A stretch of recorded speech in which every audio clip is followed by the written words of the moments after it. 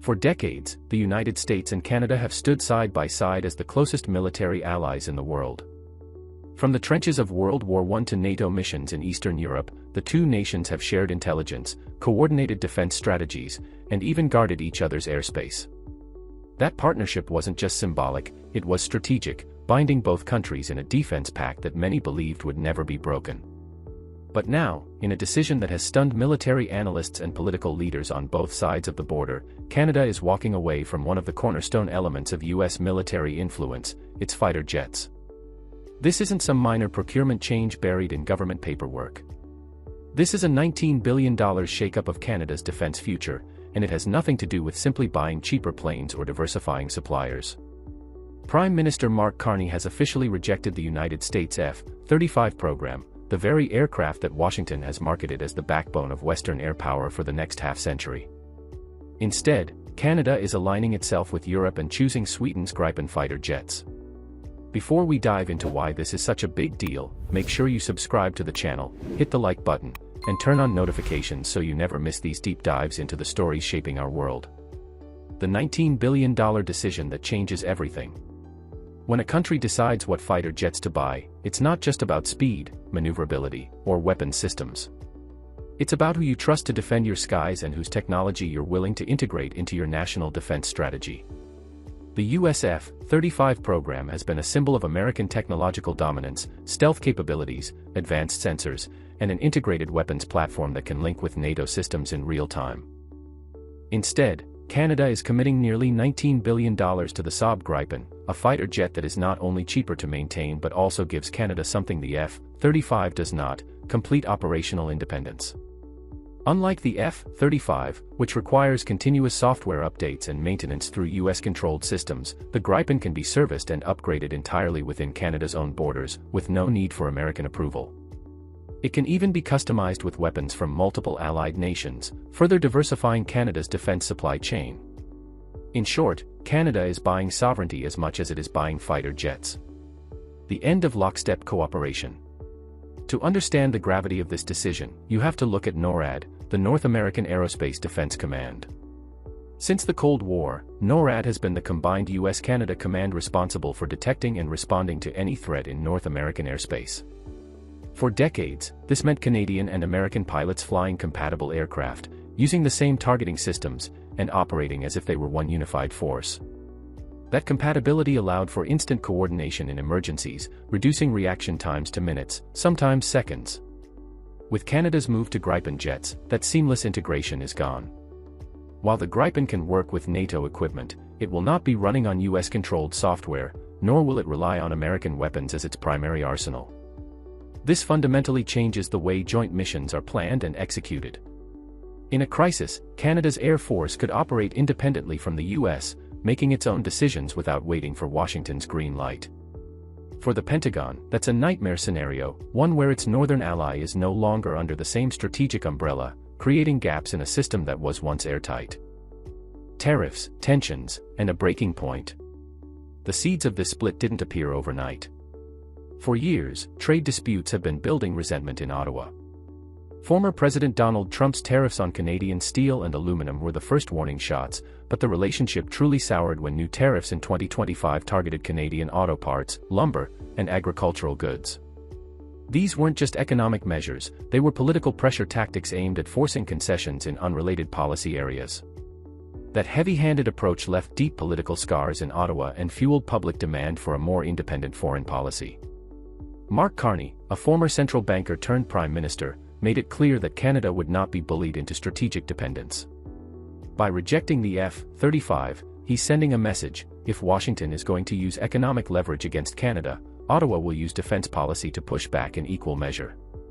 And this time, Canada is not just looking for an alternative supplier, it's actively building a long-term alliance that sidesteps US control altogether, one that ties its defense future more closely to Europe and other NATO partners that share its vision for sovereignty.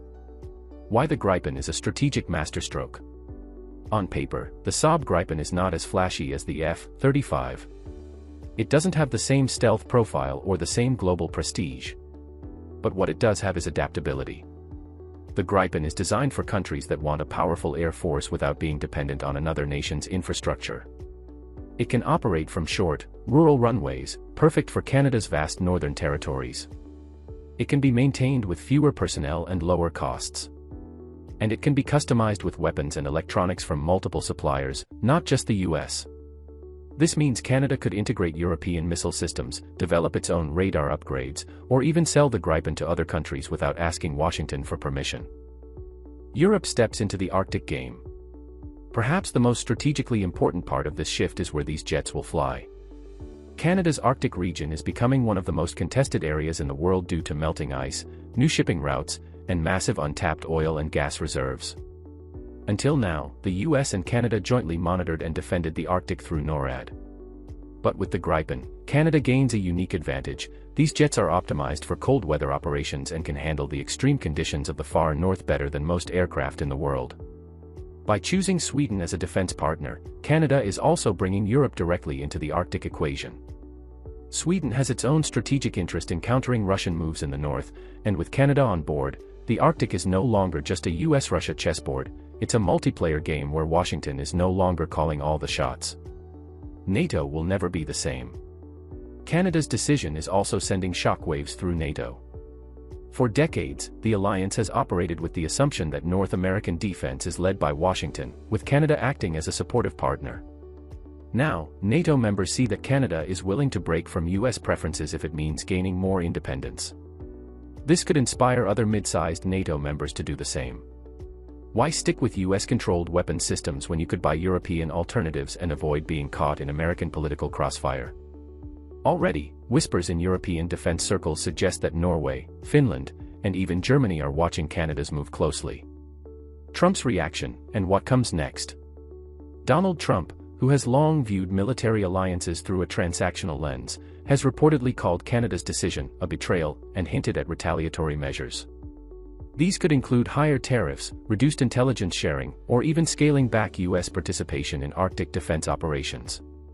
But such moves could backfire, pushing Canada even further toward Europe and solidifying this new defense alignment. For the first time in modern history, the US risks losing operational influence over its own continent's airspace. And with Arctic security becoming one of the defining issues of the next decade, that loss could have long-term consequences for America's global military posture. The day America lost its closest ally. This is more than a defense procurement story. This is the day Canada signaled to the world that it is no longer content to be the junior partner in North American defense. By rejecting the F-35 and embracing the Gripen, Canada is telling Washington, our skies, our rules. And from the Arctic to NATO's eastern flank, that message will echo for years to come. America's military dominance was built not just on its own power, but on the loyalty of allies who trusted Washington to lead. If Canada, the country with the longest shared border and the deepest defense ties to the US, is willing to break away, then the entire foundation of US security leadership is in question. This isn't just about jets. It's about control, independence, and the future of North American defense. Canada's move to the Gripen is the first step in a broader shift, one that could redraw the security map of the Western world. The US may still be the largest military power, but without Canada in lockstep, its grip over the skies above the continent has been loosened. And as Europe, Russia, and China all maneuver for influence in the Arctic, America may find that the real battle for dominance has already begun, and it's not one they can fight alone. If you found this breakdown eye-opening, hit the like button, subscribe to the channel, and turn on the notification bell so you never miss these critical updates. Drop your thoughts in the comments. Do you think Canada made the right move, or has it just created a dangerous gap in North American defense?